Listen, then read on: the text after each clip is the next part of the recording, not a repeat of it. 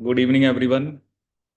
So, in today's lecture, we'll study about a very important topic, which is enzyme inhibition. ठीक है. So, enzyme inhibition में different type of inhibitions के बारे में हम discuss करते हैं. जैसे कॉम्पिटिटिव क्या होता है आपका, अनकॉम्पिटिटिव क्या होता है, और आपका मिक्स्ड इनहिबिशन. ठीक है. सो पहले तो हमें इनके बारे में या जो इनके डिफरेंस है एक तो वो पता होना चाहिए. और सेकेंडली फिर हम क्या डिस्कस करेंगे कि जो नॉर्मली हम बात किसकी करते हैं, के एम की, which is Michaelis Menten constant, और एक हम किसकी बात करते हैं, वी मैक्स. ठीक है.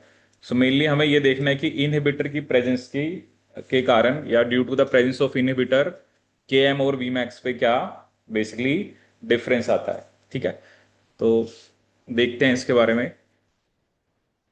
ठीक है. तो थ्री टाइप्स ऑफ इनहिबिशन हमने पढ़ना है, कॉम्पिटिटिव, अनकॉम्पिटिटिव एंड मिक्स्ड. और इसमें हम एक स्पेशल केस देखेंगे, that is a special case of mixed inhibition, जिसे हम क्या बोलते हैं आपका, non competitive inhibition. That is known as non competitive inhibition. ठीक है. और एक और भी, चलो मैं आपको बताऊंगा फीडबैक इनहिबिशन क्या होता है. एक और भी टाइप ऑफ इनहिबिशन हम डिस्कस करेंगे, जिसे हम क्या बोलते हैं आपका, feedback inhibition. What is feedback inhibition. ठीक है. तो इसके बारे में भी डिस्कस करेंगे. ठीक है. तो सबसे पहले हम देखेंगे आपका कॉम्पिटिटिव इनहिबिशन. सबसे पहले हम क्या देखेंगे आपका, competitive inhibition.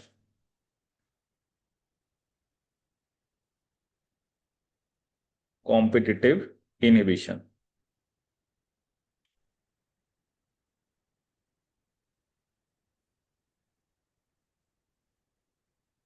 So competitive inhibition में बेसिकली क्या होता है कि जो आपका, जैसे मान लो ये आपका एंजाइम है. ठीक है.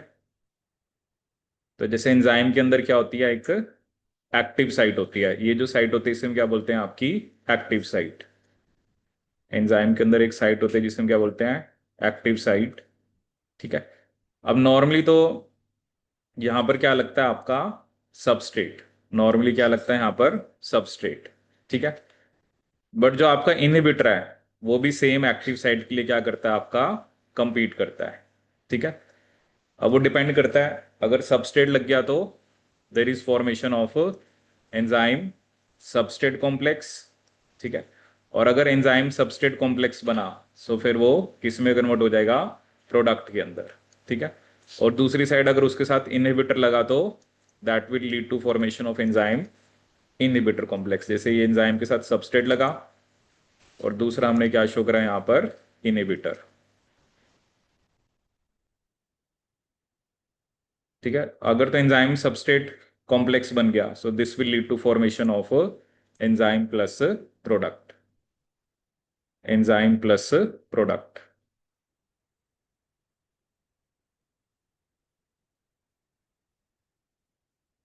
ठीक है. तो कॉम्पिटिटिव इनहिबिशन की खास बात क्या है कि इसके अंदर जो सबस्ट्रेट है और बेसिकली जो आपका इनहिबिटर है, they are competing for the same site. ठीक है. जैसे अगर मैं आपको एग्जांपल दूं, जैसे जो एग्जांपल आपने छोटी क्लासेस में भी पढ़ा है, that is succinate dehydrogenase. Succinate dehydrogenase. तो सक्सिनेट डिहाइड्रोजिनेज क्या करता है, इट कन्वर्ट्स सक्सिनेट इनटू फ्यूमारेट. ठीक है. जैसे मान लो ये आपका सक्सिनेट डिहाइड्रोजिनेज है, तो इसका जो सबस्ट्रेट है वो होता है आपका CH2 CO negative, CO negative, ये सबस्ट्रेट है. ठीक है.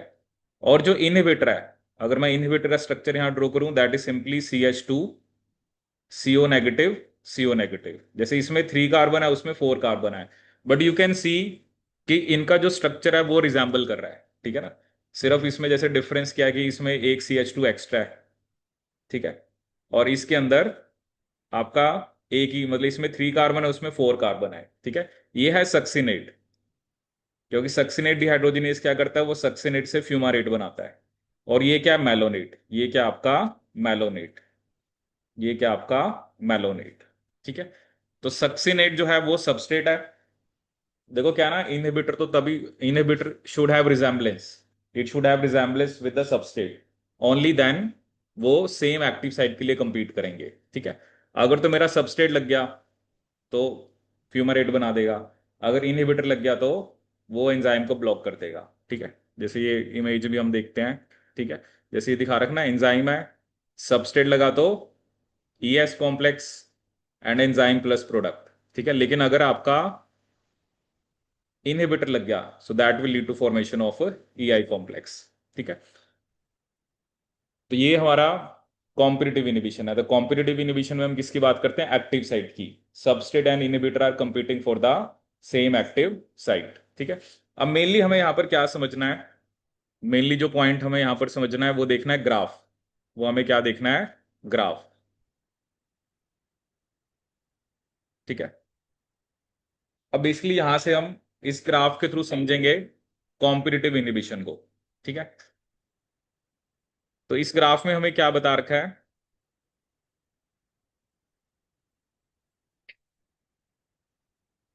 ठीक है। अब देखिए होता क्या है कि जो आपका कॉम्पिटिटिव इनिबिशन है, ठीक है, चलो पहले मैं आपको थोड़ा सा इसको समझाता हूँ, फिर इसको हम ग्राफ पे जाएंगे। ठीक है। सो अगर मैं कॉम्पिटिटिव इनिबिशन की बात कर रहा हूं,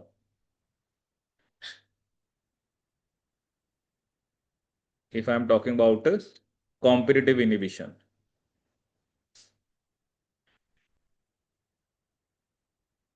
अब इसके अंदर क्या होता है? इसमें आपका वी मैक्स सेम रहता है।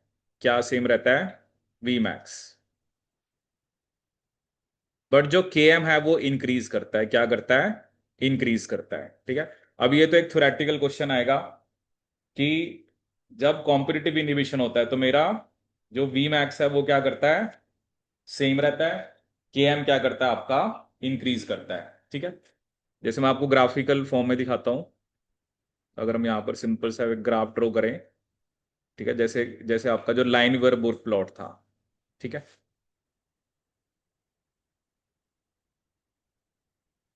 ठीक है। तो ये ग्राफ किसके बीच में था? 1/V versus 1/S। ठीक है। अब जैसे एक ग्राफ तो मान लो मैंने ये ड्रॉ किया, this is one graph and this is the another graph. ठीक है। मतलब जो मैंने ब्लैक में शो करा है that is in absence of inhibitor, और जो मैंने रेड में शो करा है that is in presence of inhibitor. ठीक है। और वी मैक्स मैंने यहां पर क्या शो करा है? सेम। ये जो वैल्यू थी ना, ये वैल्यू क्या थी आपकी? 1/V max. तो वी मैक्स मैंने क्या शो करा है यहां पर? सेम। ठीक है।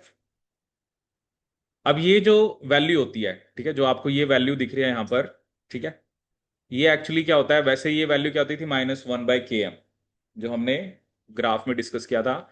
बट इसको हम लिखते हैं -1/α Km। क्या लिखते हैं? α Km। ठीक है। जैसे मान लो अगर इनहिबिटर नहीं है तो अल्फा कितना है? 1। ठीक है। तब तो ये वैल्यू -1/Km ही है। ठीक है। लेकिन फॉर एग्जाम्पल अगर इनहिबिटर है तो जैसे ये अल्फा मैंने क्या लिख दिया? 2। अल्फा क्या लिख दिया आपका? 2। तो अल्फा की जगह मैं यहां पर क्या पुट करूंगा? -1/2 Km। -1/2 Km। ठीक है। तो एक्चुअली क्या होता है कि Km इंक्रीज करता है किस फैक्टर से? अल्फा फैक्टर से। ठीक है। Km क्या करता है आपका? इंक्रीज करता है। Km क्या करता है आपका? इंक्रीज करता है। ठीक है। तो Km कौन से फैक्टर से इंक्रीज करता है? अल्फा से। ठीक है। वो डिपेंड करता है, अल्फा 3 हो सकता है, 4 हो सकता है। ठीक है। अब नॉर्मली जो ग्राफ था उसका स्लोप क्या था? Km/V max. इस ग्राफ का स्लोप क्या होगा? Alpha Km/V max. क्या होगा?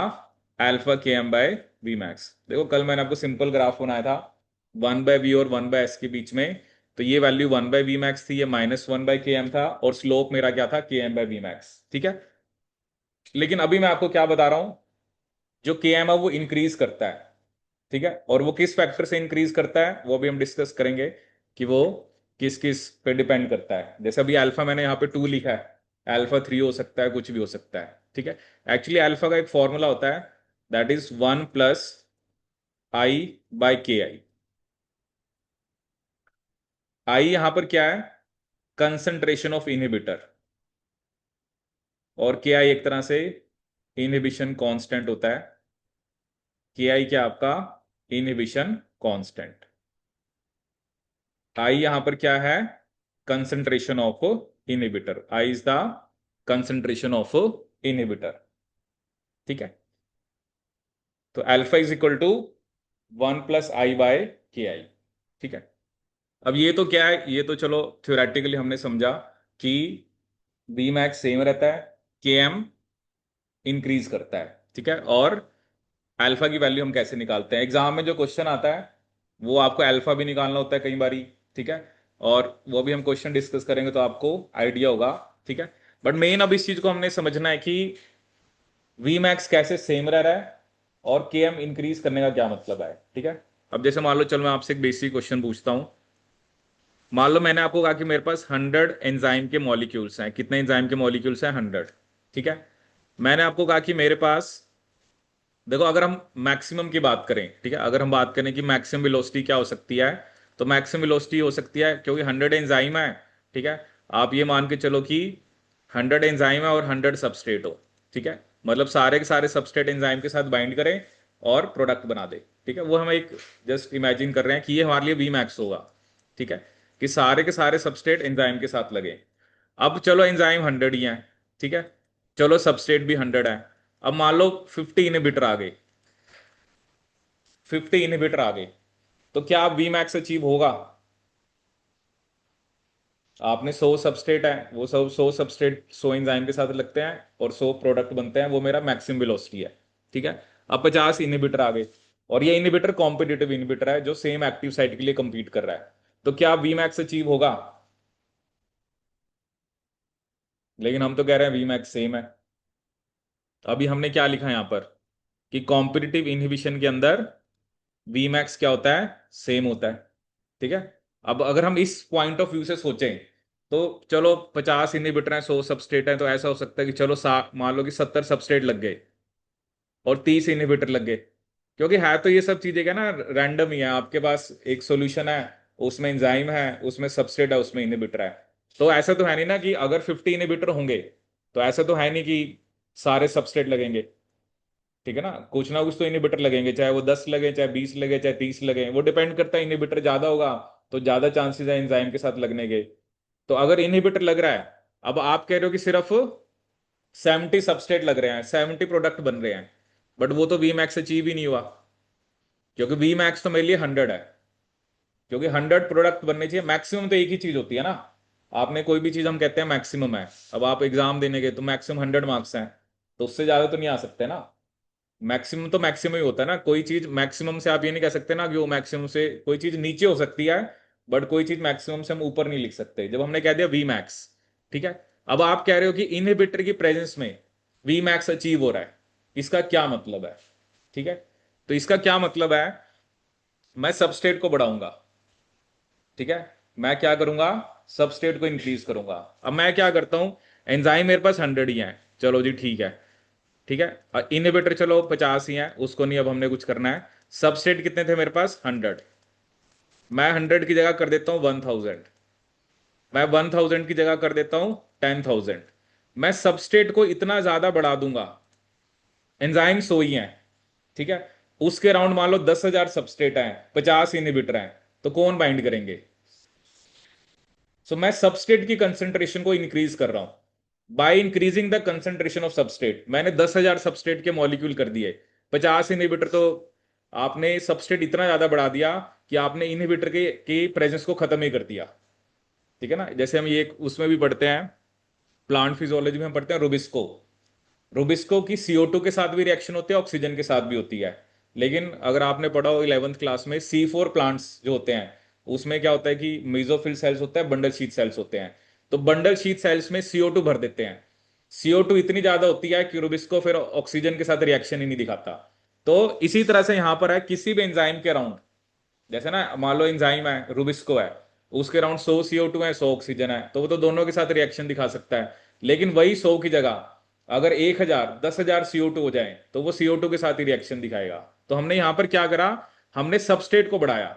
सबस्ट्रेट को बढ़ाने से मैंने क्या कर दिया, by increasing the concentration of substrate.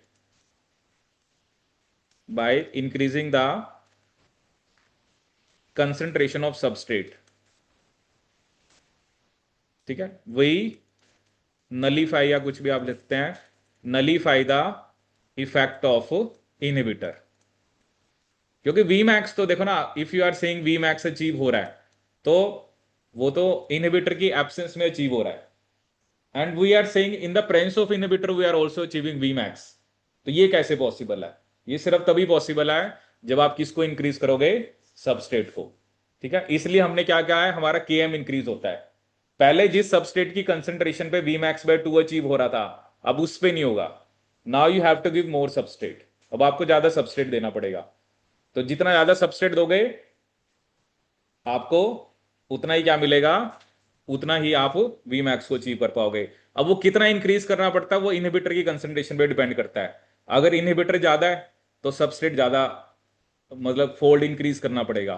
लेकिन अगर सबस्ट्रेट कम, अगर इनहिबिटर क्या आपका कम है, तो फिर कम में भी चल जाएगा, ठीक है ना। देखो ये जो मैंने आपको एक फॉर्मूला लिखवाया है, alpha is equal to 1 + I/Ki।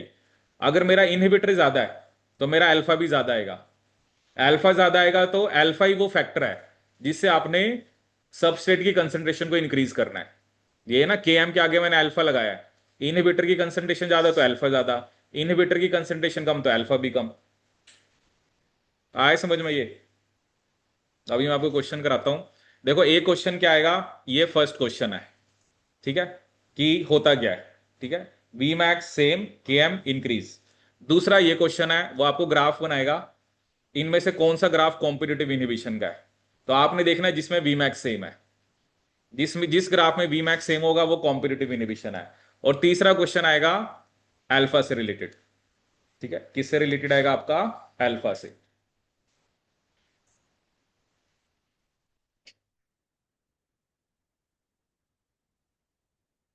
देखो ग्राफ में हमने सिर्फ क्या बनाया है, ये हमारा ग्राफ क्या था, इन द एब्सेंस ऑफ इनहिबिटर, ये ग्राफ है इन प्रेजेंस ऑफ इनहिबिटर, ठीक है। आप दोनों में देख रहे हो कि वी मैक्स क्या रह रहा है आपका, सेम, और जो के एम है वो हमारा इंक्रीज करता है, ठीक है। ये तो कंपैरिजन है ना, ये ग्राफ मान लो आपका स्टैंडर्ड है, क्योंकि एक ग्राफ हम स्टैंडर्ड बनाएंगे, उसके कंपैरिजन में दूसरे ग्राफ को दिखाना है। जैसे अभी हम दूसरे इनहिबिशंस पढ़ेंगे, वहां भी हम क्या करेंगे, एक ग्राफ मैं ऐसे ही बनाऊंगा जो मैंने इनहिबिटर के एब्सेंस में है, ठीक है। बट वही है ना, आपके डिफरेंट टाइप ऑफ इनहिबिशन है। कॉम्पिटिटिव के अंदर इनहिबिटर जो है वो सेम साइड के लिए कंपीट कर रहा है, ठीक है। जैसे चलो एक क्वेश्चन मैं आपको दिखाता हूं। जैसे आप देखो ये ग्राफ है आपका, ठीक है, ये मैंने आपको शो करा ना, ये देखो ना अल्फा 1, ठीक है, इसका मतलब देखो ये ग्राफ ये रहा, ये सबसे पहले है, फिर ये अल्फा 2, फिर अल्फा 3, ठीक है, ये अल्फा 2 अल्फा 3 है। इनहिबिटर वो क्या कर रहा है, बढ़ रहा है। अब देख रहे हो अल्फा जो है वो इंक्रीज हो रहा है, सॉरी इनहिबिटर की कंसंट्रेशन जो है वो इंक्रीज हो रही है, क्योंकि अल्फा जो है वो इनहिबिटर की कंसंट्रेशन पे डिपेंड करता है। तो अगर मैं, मेरे इनहिबिटर की कंसंट्रेशन बढ़ेगी तो अल्फा भी बढ़ेगा, ठीक है। और ये जो इक्वेशन थी उसमें सिर्फ एक अल्फा फैक्टर आ गया के एम के साथ। नॉर्मल इक्वेशन क्या थी, 1/V0 is equal to K M by V max dot 1/S plus 1/V max. सिर्फ के एम के साथ एक फैक्टर क्या आ गया आपका, अल्फा, ठीक है। अल्फा वो यहां पर भी आएगा, जो मैंने आपको बताया ना के एम, अब के एम नहीं है, जो के एम है वो अल्फा के एम है इनहिबिटर की प्रेजेंस में, ठीक है। एब्सेंस में तो अल्फा 1 ही है, तो 1 km is K M, but if alpha could be 2 3, वो कुछ भी हो सकता है आपका, ठीक है।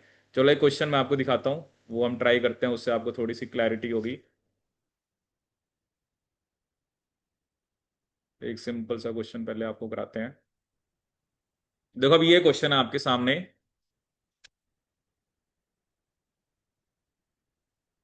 The K I of novel competitive inhibitor designed against an enzyme is 2.5 micromolar. ये मुझे क्या गिवन है, के आई।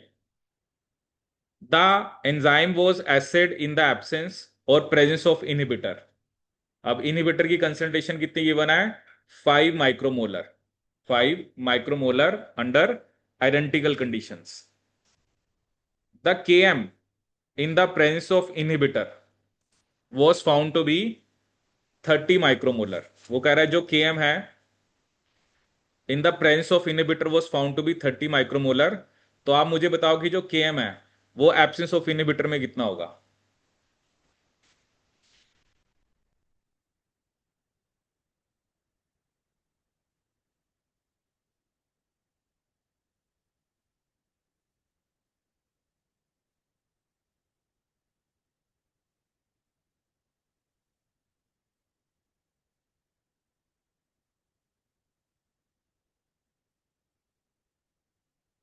करिए इस क्वेश्चन को ट्राई। ठीक है, तो देखिए क्वेश्चन में क्या गिवन है मुझे, कि जो के आई है वो मुझे गिवन है। ठीक है, कितना गिवन है? 2.5। ठीक है, और इनहिबिटर मुझे कितना गिवन है? 5 माइक्रोमोलर। वो कह रहा है जो के एम है in the presence of inhibitor was found to be 30 micromolar. ठीक है, अब देखो कॉम्पिटिटिव इनहिबिटर है, तो मुझे एक बात तो पता है कि के एम की जो वैल्यू है वो किस फैक्टर से इंक्रीज करते हैं? अल्फा। तो इसका मतलब अल्फा के एम 30 है। ठीक है, अब मुझे के एम निकालना है। अल्फा का फॉर्मूला मैंने आपको बताया, 1 + I/, के आई। आई कितना गिवन है मुझे? 5। के आई कितना गिवन है? 2.5। तो ये कितना, अल्फा कितना आ गया? 3। Just put this value 3 into के एम इज इक्वल टू 30। तो के एम क्या आ गया आपका? 10।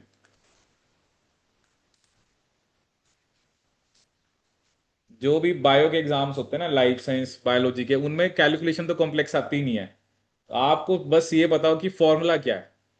ठीक है, अल्फा कैसे निकालना है। ठीक है, चलिए एक आधा क्वेश्चन और ट्राई करते हैं।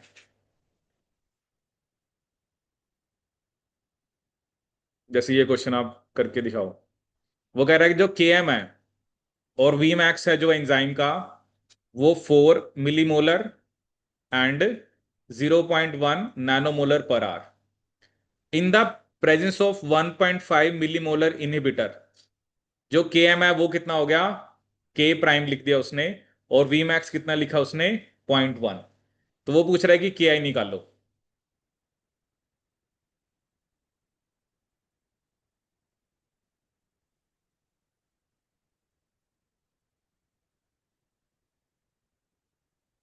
निकालो के आई की वैल्यू क्या आएगी। के आई निकालने के लिए मुझे क्या क्या चाहिए? जैसे फॉर्मूला है ना, फॉर्मूला क्या? अल्फा इज इक्वल टू 1 + I/के आई। ठीक है, के आई तो मुझे निकालना है। आई मुझे गिवन है 1.5। अल्फा बताओ कैसे निकालोगे? क्योंकि अल्फा आ गया तो फिर आप के आई निकाल लोगे। फॉर्मूला है ना, सिंपली आई मुझे गिवन है, के आई मैंने निकालना है। अब तीसरा मुझे अल्फा चाहिए। अल्फा पता लग गया तो मैं के आई निकाल लूंगा।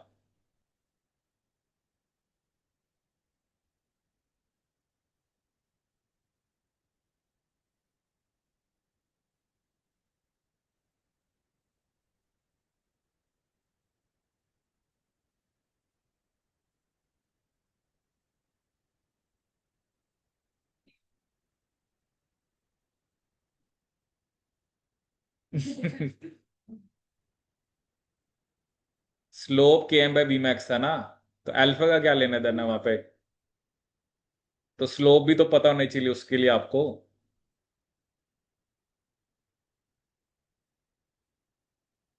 यही तो मार खाते हैं हम।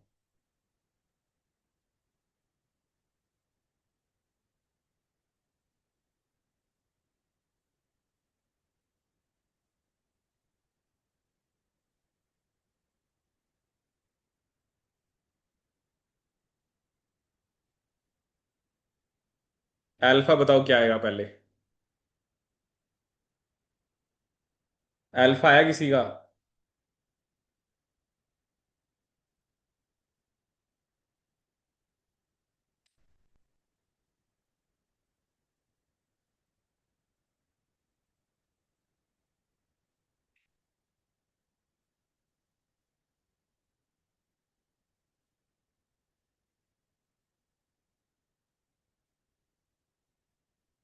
भाई इसमें मोबाइल की जरूरत नहीं है, इतनी लंबी चौड़ी कैलकुलेशन नहीं है।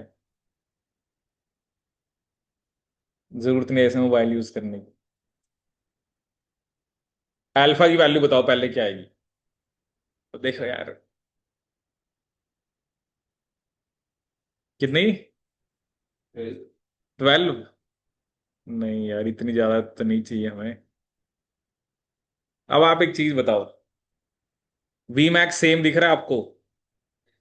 ठीक है, अब कई बार ना जैसे उसने अभी यहाँ पे कुछ कॉम्पिटिटिव वगैरह कुछ नहीं लिखा हुआ है, बट वी मैक्स मेरा सेम है, पहले भी वही था, इनहिबिटरी ब्रांच में वही है, इसका मतलब ये कॉम्पिटिटिव है।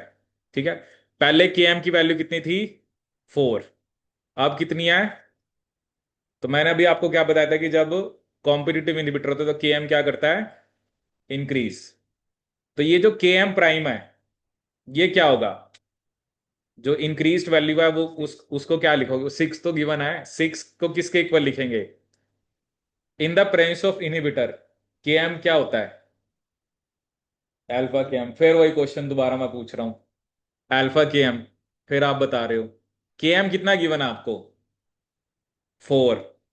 अल्फा इंटू 4 क्या होगा? 6। तो अल्फा कितना आएगा? 6/4। 6/4 कितना होता है? 1.5। इसके लिए कैलकुलेटर यूज कर रहे थे?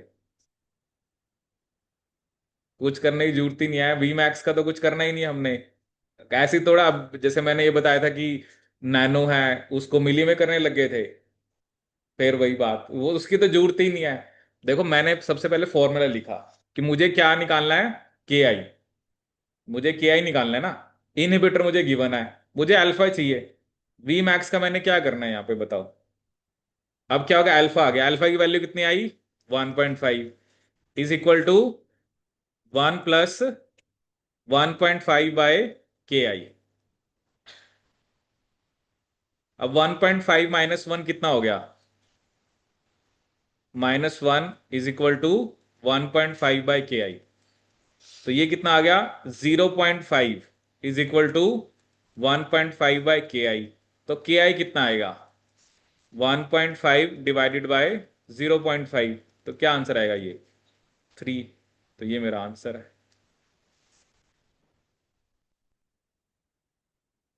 देखो क्या होता है ना, क्वेश्चन थ्योरी हमें आती होती है, ठीक है। जैसे मैंने आपको 3 टाइप का क्वेश्चन बताया। एक पूछेगा कॉम्पिटिटिव इनोवेशन में होता क्या है, वो तो सिंपल है, वी मैक्स सेम के एम इंक्रीज। दूसरा मैंने आपसे पूछा ग्राफ पूछेगा।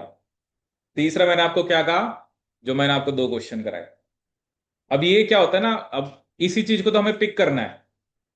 अगर के एम इंक्रीज हो रहा है, अभी मैंने सिर्फ आपको कॉम्पिटिटिव इनहिबिशन पढ़ाया है, बाकी इनहिबिशन सभी मैंने आपको नहीं बताए हैं, ठीक है। इसलिए अभी जो दोनों क्वेश्चन मैंने आपको कराए हैं वो सिर्फ कॉम्पिटिटिव के कराए हैं। अगर मेरा वी मैक्स सेम है और मेरा के एम इंक्रीज हो रहा है, इसका मतलब वो कॉम्पिटिटिव इनहिबिशन है। अब मैंने आपको, अब उसने यहाँ पे उसको के एम प्राइम लिखा है, तो लिखेगा तो अलग ही ना, कि K M in absence of inhibitor है, K M prime in presence of inhibitor है। तो मुझे क्या करना था? मुझे ये पता है कि इन द प्रेजेंस ऑफ इनहिबिटर जो वैल्यू होती है वो क्या होती है? अल्फा के एम। के एम मुझे गिवन था, मैंने अल्फा निकाल लिया। अल्फा आ गया, आई मुझे गिवन था, मैंने के आई निकाल लिया। तो कहाँ मुश्किल है ये बताओ? इसी को लोग मुश्किल बोलते हैं ना, क्योंकि जब हम नहीं, हमें अगर मुझे फॉर्मूला ही नहीं पता और मुझे अप्रोच नहीं पता, ठीक है। देखो सबसे पहले तो क्लैरिटी होनी चाहिए कि मुझे निकालना क्या है, ठीक है। मैंने सबसे पहले आपके सामने इसलिए फॉर्मूला लिखा क्योंकि मुझे क्या चाहिए? के आई चाहिए। मेरे को एक ही फॉर्मूला पता है, alpha is equal to 1 + I/KI। फिर मुझे पता है मुझे आई तो गिवन है, फिर मुझे अल्फा नहीं गिवन है। अब आप कह रहे हो कि स्लोप में जाते हैं, ऐसे नहीं ना, उसके लिए स्लोप भी तो गिवन होना चाहिए ना। अगर आपको स्लोप गिवन होता और के एम और वी मैक्स आपको पता है, फिर तो आप अल्फा निकाल ही लेते, बट उसके लिए स्लोप की वैल्यू पता होनी चाहिए ना। और यहां पर हमें इसको भी वी मैक्स का तो कोई रिक्वायरमेंट नहीं थी, तो उसको हमें कुछ कन्वर्ट भी नहीं करना था, तो आंसर क्या आ गया आपका? 3। कि नहीं? आगे समझ में? चलो कोई नहीं, अभी और क्वेश्चंस आप करेंगे ट्राई, फिर बाकी पहले और इनहिबिशंस देखते हैं। हाँ जी, ऑनलाइन वालों को क्लियर है?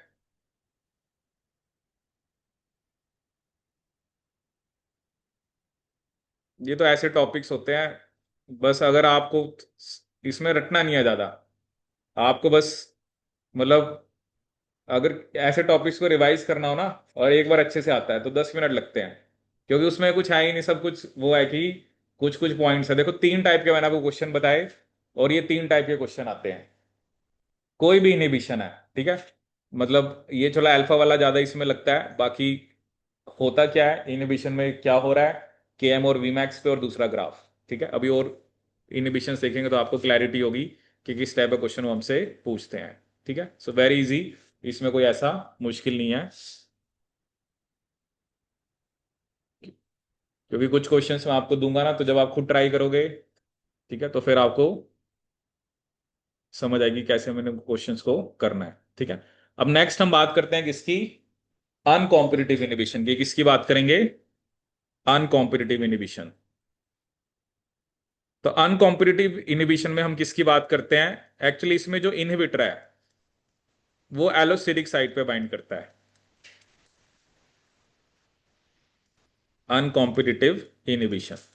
ठीक है, जैसे मान लो ये आपका एक एंजाइम है, एक तो एंजाइम में एक्टिव साइट होती है और एक होती है एलोस्टेरिक साइट। ठीक है, एक्टिव साइट वो होती है जहां पे सबस्ट्रेट बाइंड करता है, और एक साइट होती है allosteric. Allosteric site generally modulate करती है, कई बार वहां पे एक्टिवेटर भी आगे लग सकता है और इनहिबिटर भी आगे लग सकता है। Allosteric site is generally regulatory site. ठीक है, अब अनकॉम्पिटिटिव में क्या होता है, पहले तो सबस्ट्रेट लगेगा, पहले क्या लगेगा आपका, सबस्ट्रेट। ठीक है, तो पहले तो जैसे क्या बन गया, एंजाइम सबस्ट्रेट कॉम्प्लेक्स। ठीक है, मतलब इसमें ना इनहिबिटर पहले नहीं लगता है, वो सिर्फ तभी लगता है जब सबस्ट्रेट लगाओ। अगर तो इनहिबिटर नहीं लगा तब तो एंजाइम प्लस प्रोडक्ट बन जाएगा। ठीक है, लेकिन अगर आपका इनहिबिटर लग गया तो that will lead to formation of ESI complex. One thing that you need to, जो मेन यहां पर पॉइंट है कि एक पॉइंट तो यह है कि जो इनहिबिटर है वो मेरे एक्टिव साइट पे बाइंड नहीं करता। इनहिबिटर कहां पर बाइंड करता है, it binds at allosteric site. Inhibitor कहां पर बाइंड करता है, allosteric site. This is one point that I need to remember. So inhibitor is not binding at the active site, it will bind at allosteric site. And second thing, it will bind, it do not bind with the free enzyme. ठीक है, inhibitor will bind to the enzyme substrate complex only. Inhibitor will bind to enzyme substrate complex. ठीक है, it will not bind free enzyme, free enzyme के साथ नहीं लगेगा। ठीक है, अगर कोई इनहिबिटर फ्री एंजाइम के साथ लग रहा है, इसका मतलब वो आपका आपका अनकॉम्पिटिटिव इनहिबिशन नहीं है। ठीक है, वो मिक्स्ड इनहिबिशन अभी हम आगे पढ़ेंगे, क्योंकि उसमें दोनों होता है, उसमें इनहिबिटर पहले भी लगता है और सबस्ट्रेट लगने के बाद भी लग सकता है। ठीक है, जैसे ये देखो, ये जो आपकी इमेज है, ये देखो आप, ये देखो पहले ईएस बना, उसके बाद ही इनहिबिटर लगा है, पहले नहीं लगता है। ठीक है, और बेसिकली, और अगर तो नहीं लगा तो प्रोडक्ट बन जाएगा, नहीं तो ईएसआई। ठीक है, मिक्स्ड इनहिबिशन अभी हम पढ़ेंगे, क्योंकि मिक्स्ड इनहिबिशन में एंजाइम इनहिबिटर पहले लग जाता है। ठीक है, और मतलब इसमें ईएसआई बनता है, पहले सबस्ट्रेट लग सकता है, उसके बाद इनहिबिटर लग सकता है, पहले इनहिबिटर लग सकता है फिर सबस्ट्रेट लग सकता है। ठीक है, ये मिक्स्ड होता है, तभी इसको मिक्स्ड बोला है। बट इसमें भी वो एलोस्टेरिक साइट पे ही बाइंड करता है, ना कि आपका एक्टिव साइट पे। ठीक है, देखो ना यहाँ पे एंजाइम में दिखा रखे ना आपको, जैसे ये एक्टिव साइट होती है, ये एलोस्टेरिक साइट होती है। ठीक है, तो इसका ग्राफ देखते हैं हम कैसा आएगा, अनकॉम्पिटिटिव इनहिबिशन। तो जैसे मान लो ये मैंने ग्राफ बनाया। ठीक है, पहले तो मैं वही ग्राफ बनाऊंगा जो नॉर्मली हम शो कर रहे थे इन द एब्सेंस ऑफ इनहिबिटर। ठीक है, जैसे मान लो ये ग्राफ मैंने ये सिंपल ड्रॉ करा कि ये आपका ग्राफ है।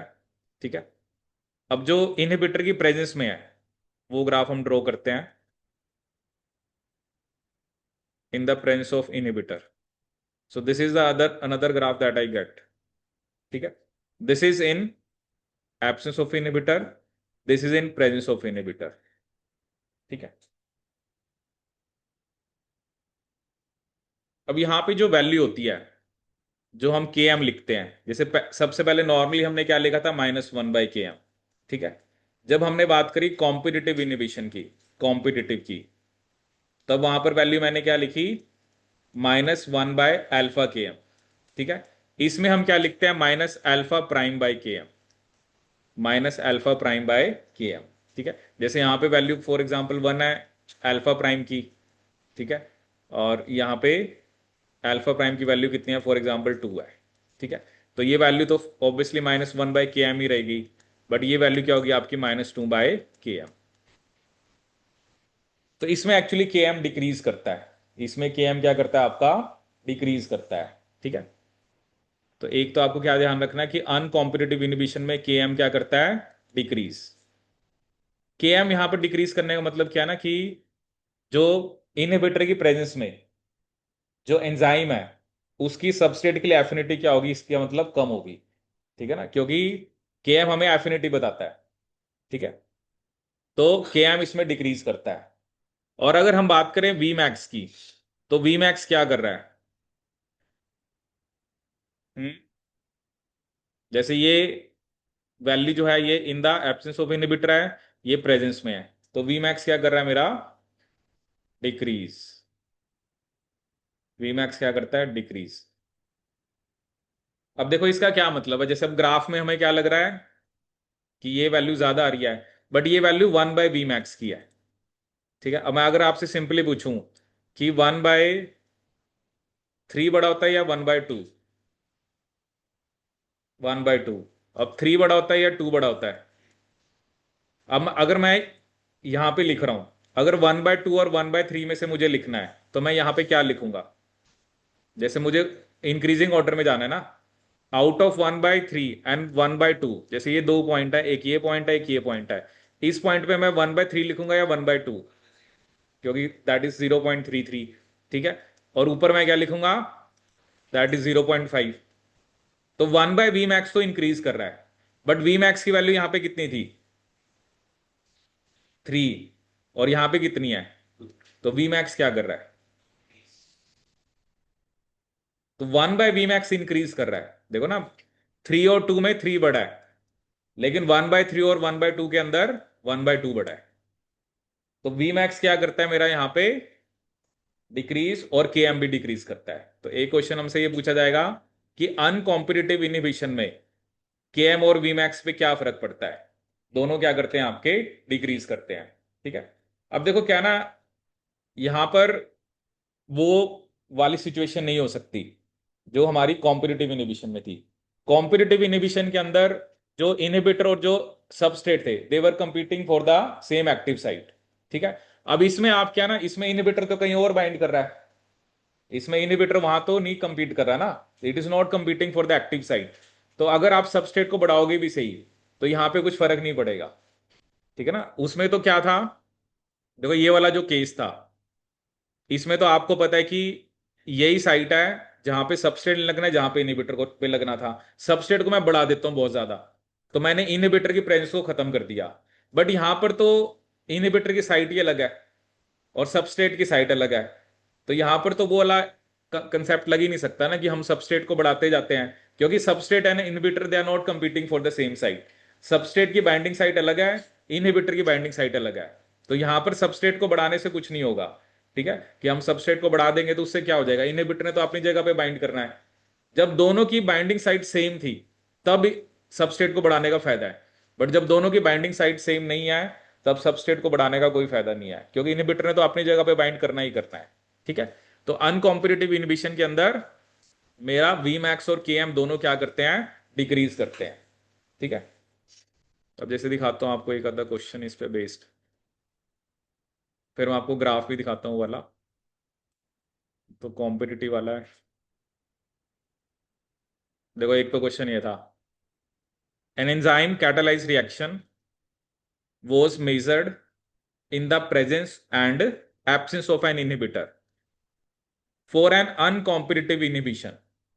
क्या आंसर होगा, both K M and V max are decreased, बस। ठीक है, कोई इसमें कोई है नहीं ना। और जैसे अभी देखो, ये मैं आपको ये टेबल भी दिखाऊंगा एक, ये हम पढ़ेंगे अभी ना। जैसे इनहिबिटर नहीं है तो वी मैक्स है, के एम है। कॉम्पिटिटिव इनहिबिशन में हमने क्या कहा, वी मैक्स सेम रहता है, के एम हमारा इंक्रीज करता है अल्फा फैक्टर से। ठीक है, अनकॉम्पिटिटिव के अंदर वी मैक्स डिक्रीज करता है अल्फा प्राइम फैक्टर से, और के एम भी डिक्रीज करता है अल्फा प्राइम फैक्टर से। ठीक है, तो दोनों में, दोनों का आपने अल्फा प्राइम से डिवाइड करना है। ठीक है, ये देखो एक और यहाँ पे ग्राफ में भी दिखा देता हूं मैं आपको, तो ये देख रहे हो ना आप, और इसके अंदर मतलब यहां पर alpha prime by V max है। ठीक है, क्योंकि वो हमें पूरा रीअरेंज करना पड़ेगा, बट आप सिंपली याद रखना के एम और वी मैक्स दोनों क्या करते हैं, डिक्रीज। ये तो देखिए आपको इनहिबिटर बढ़ रहा है, और ये जो के एम की वैल्यू है वो भी मेरी क्या कर रही है, डिक्रीज। ठीक है, तो जो ये वाला ग्राफ है ये इन द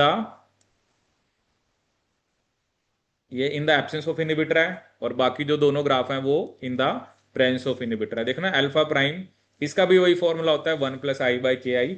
ठीक है, तो मेरा वी मैक्स भी डिक्रीज करता है और के एम भी डिक्रीज करता है। ठीक है, और क्या वैल्यू आती है, V max by alpha prime and K M by alpha prime. ठीक है, एक तो ये सिंपल क्वेश्चन आ जाता है। अब देखो एक ये क्वेश्चन आया, following statements are made about uncompetitive inhibition of an enzyme. ठीक है, पहली स्टेटमेंट क्या है, uncompetitive inhibitor binds to both free enzyme as well as enzyme substrate complex. सही है गलत है? गलत है, क्योंकि अनकॉम्पिटिटिव इनहिबिटर तो सिर्फ किसके साथ बाइंड करता है, एंजाइम सबस्ट्रेट कॉम्प्लेक्स के साथ। तो पहली स्टेटमेंट तो गलत है। ठीक है, अब देखो ए गलत है, तो इसका मतलब 3 ऑप्शन मेरी गई, खत्म। Addition of uncompetitive inhibitor lowers the V max of the reaction. क्या ऐसी बातें कर रहा है यार, लोअर्स का मतलब डिक्रीज ही होता है, अब शब्दों में मत जाओ ना। अब कहोगे सर आपने डिक्रीज लिखवाया था उन्होंने लोअर दे दिया, भाई इतना मत करना, कल को फिर आगे यूं तो कहोगे सर वो तो कुछ वर्ड्स ही और यूज कर रहे हैं, आपने डिक्रीज लिखवाया था उन्होंने लोअर लिखा था। है, addition of uncompetitive inhibitor lowers the Vmax, apparent KM of enzyme is lowered, दोनों ही डिक्रीज होते हैं, एक कह रहा है कि अनचेंज होता है, तो आंसर तो एक ही बनेगा, बी एंड सी। समझ रहे हो? ठीक है, देखो थ्योरी वही होती है, थ्योरी में नहीं कोई चेंज होता है, एग्जामिनर जो होता है ना क्वेश्चन बनाने वाला है, अब वो थोड़ा कई बार ऐसा भी क्वेश्चन बना देगा। ठीक है, अब वो डिपेंड करता है ना, अब आपकी बारे में क्या ऐसा क्वेश्चन आएगा वो हमें नहीं पता है। ठीक है, कि वो अनकॉम्पिटिटिव पे आएगा, कॉम्पिटिटिव पे आएगा, मिक्स्ड इनहिबिशन पे आएगा। ठीक है, बेसिक सी बात, 3 तो चीजें याद रखनी है कि 3 टाइप के इनहिबिशन के अंदर के एम और वी मैक्स पे क्या फर्क पड़ता है, एक अल्फा का फॉर्मूला है और ग्राफ है, बस बात ही खत्म है। ठीक है, अब देखो ना मैंने आपको जो दूसरा ग्राफ दिखाया है उसके अंदर आप खुद ही देख सकते हो, उसमें वी मैक्स कहाँ पे सेम है बताओ। जैसे मैंने बताया ना इनहिबिटर की प्रेजेंस में वी मैक्स सेम रहता है, वो आपको इस ग्राफ में दिख रहा है, इस ग्राफ में दिख रहा है कोई, इसमें तो वी मैक्स मेरा डिक्रीज कर रहा है, इसका मतलब ये कौन सा इनहिबिशन है हमारा, अनकॉम्पिटिटिव। ये कौन सा इनहिबिशन है, अनकॉम्पिटिटिव।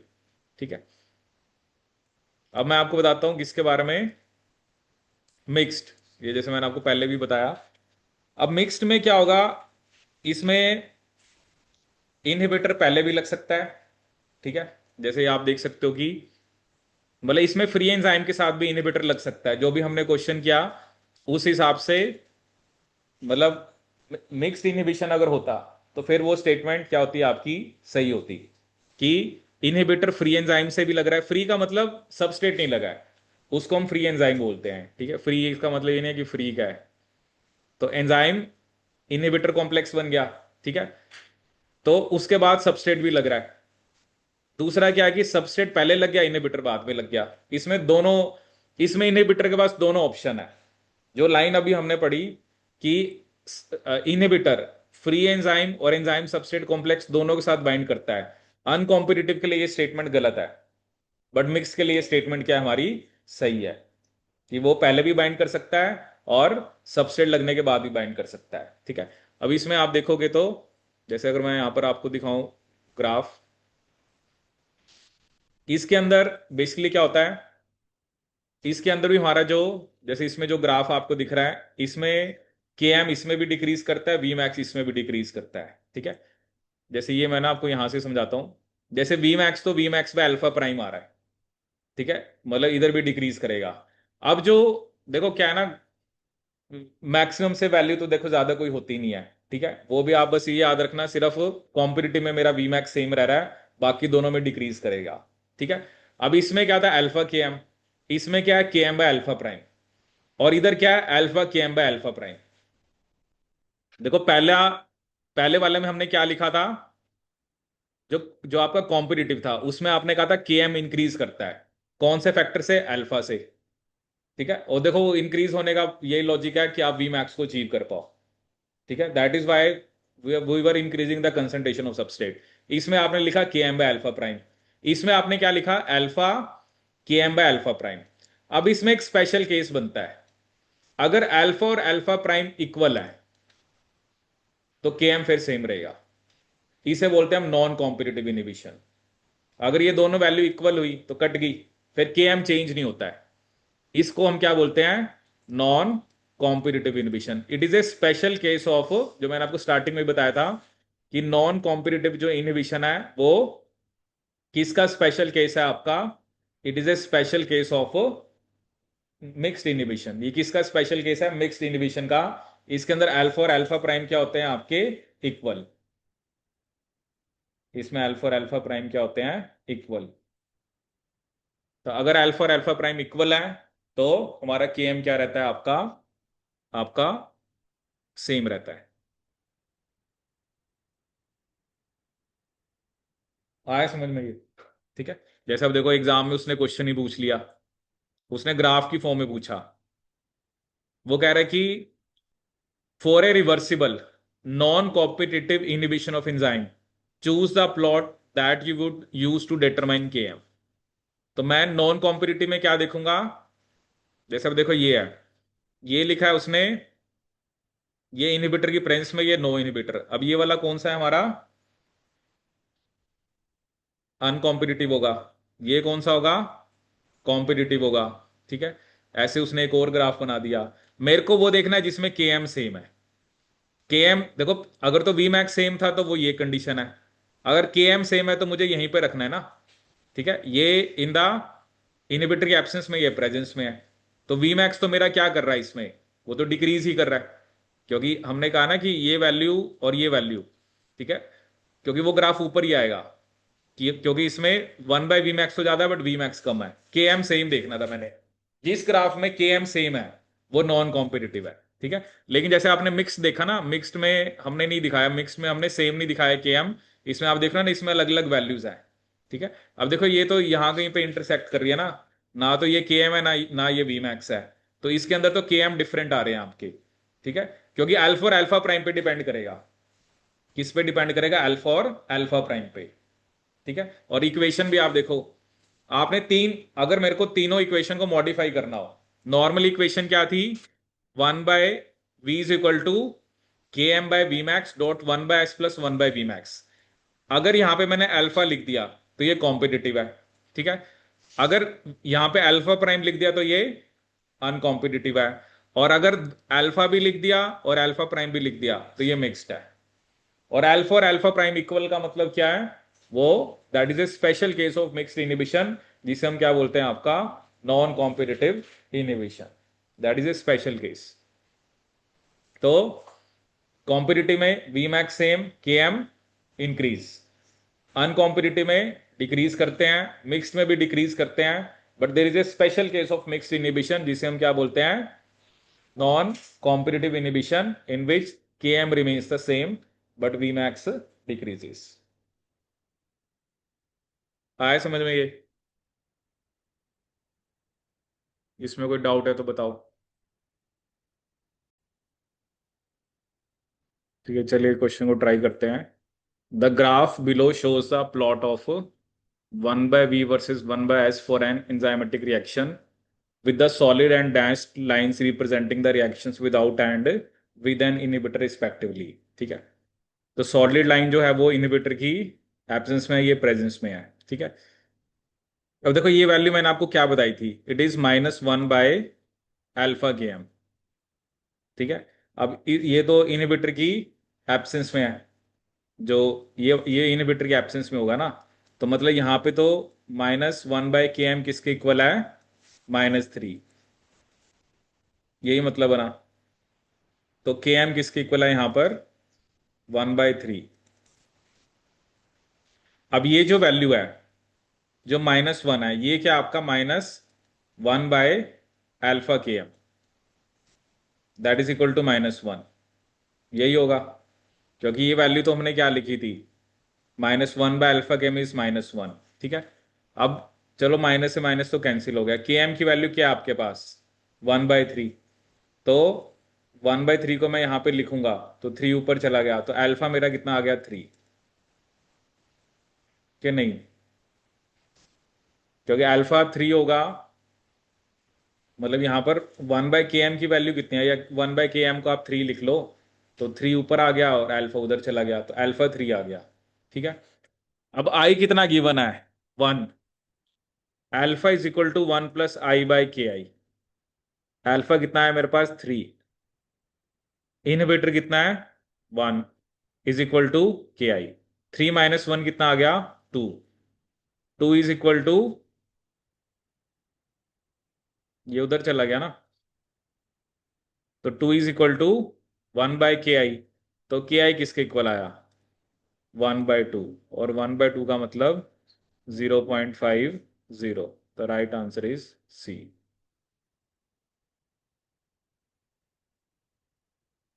क्या नहीं?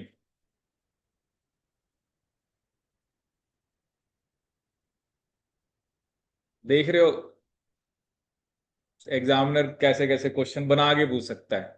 थ्योरी क्लियर होनी चाहिए, आप चाहे कितने भी क्वेश्चन करो। अब आपको मैंने क्या बताया था, ये जो वैल्यू होती है, क्योंकि के एम इंक्रीज करता है, के एम हमारा क्या करता है? इंक्रीज करता है।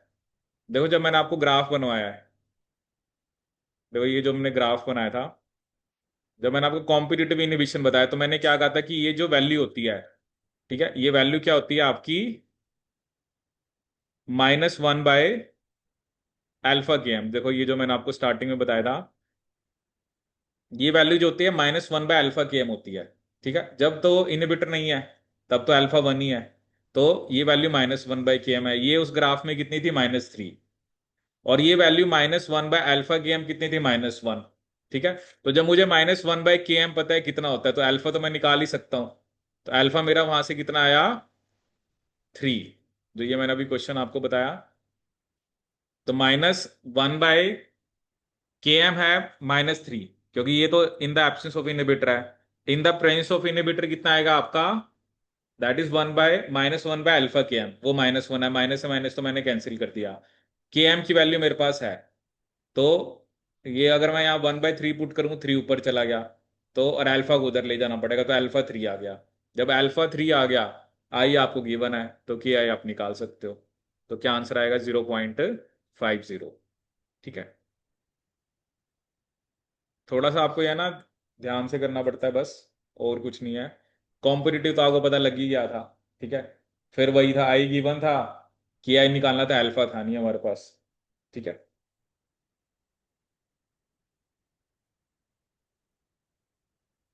इसमें चलो आपको एक और इनहिबिशन बताते हैं, बाकी ये क्वेश्चंस आप ट्राई करना। एक एक्चुअली एक होता है फीडबैक इनहिबिशन। फीडबैक इनहिबिशन क्या होता है? देखो कोई भी एक एंजाइम है, ठीक है ना, जैसे मान लो क्या होता है, कुछ ऐसे पाथवे होते हैं, जैसे एक सबस्ट्रेट से जैसे दूसरा बनता है, फिर दूसरे से तीसरा बनता है। जैसे मान लो ये एक सबस्ट्रेट है, तो क्या हुआ, पहले एंजाइम 1 से लगा, तो जो इंटरमीडिएट सबस्ट्रेट ए है, मतलब इसी का इंटरमीडिएट है, वो जैसे एंजाइम 2 से लगा, फिर वो इंटरमीडिएट सबस्ट्रेट भी है, वो 3 से लगा, और ये एंड प्रोडक्ट बना। तो ये जो एंड प्रोडक्ट होता है ना, ये स्टार्टिंग वाले एंजाइम के साथ जाके लगता है। अब इसमें भी क्या ध्यान रखना होता है, ये जो एंड प्रोडक्ट है ना, ये एलोस्टेरिक साइड पे लगता है, और इसने क्या कर देना है, जब ये जाके लग गया, आप देख रहे हो ये कॉन्फर्मेशन में डिफरेंस दिख रहा है आपको? जैसे एक कॉन्फर्मेशन ये शो कर रखी है, और एक कॉन्फर्मेशन ये शो कर रखी है। तो जो एंड प्रोडक्ट होता है ना पाथवे का, वो फर्स्ट वाले एंजाइम को क्या कर देता है? इनहिबिट कर देता है। अब जब वो इनहिबिट हो गया, तो पाथवे रुक जाएगा।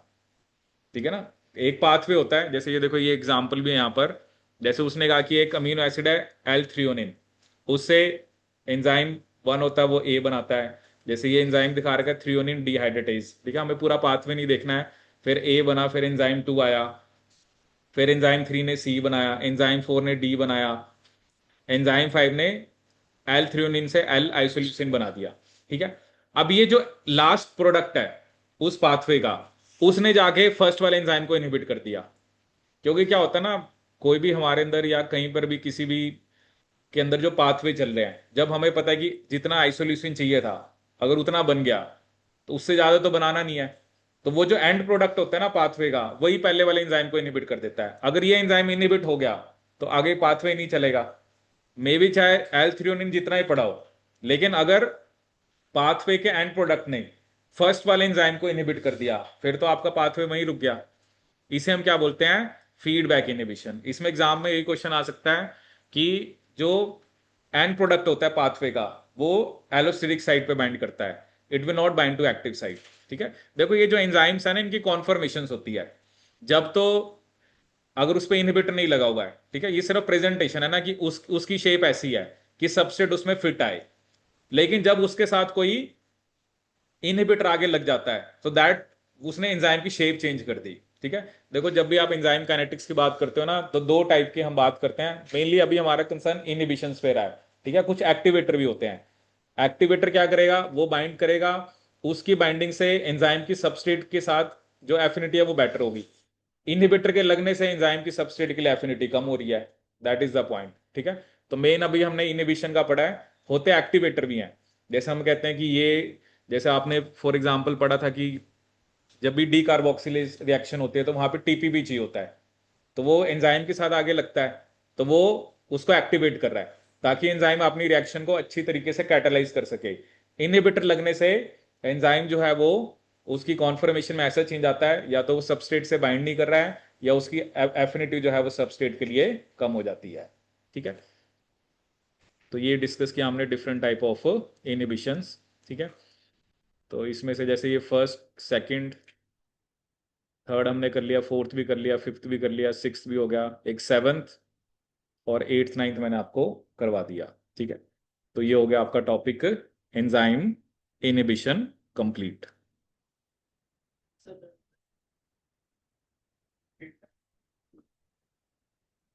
हाँ, जैसे आप देखो ना, आपने वो पढ़ा था, जैसे हमने कहा था पायरुवेट है, उससे एलेनिन बना ग्लाइकोलिसिस में। एलेनिन ने किसको इनहिबिट कर दिया? पायरुवेट काइनेज को। ठीक है, जैसे ऊपर पढ़ा था फ्रक्टोज 1,6 जो बिसफॉस्फेट था, हमने कहा था वो पायरुवेट काइनेज को एक्टिवेट कर रहा है। तो वही होता है ना। एक्चुअली फीडबैक इनहिबिशन में हम एंड प्रोडक्ट की बात करते हैं, और generally and product first enzyme को इनहिबिट कर रहा है। ठीक है ना, क्योंकि उसको हम ऐसे नहीं बोलेंगे ना फीडबैक इनहिबिशन, क्योंकि उसमें तो वो बीच में कहीं ना कहीं उसको इनहिबिट कर रहा है।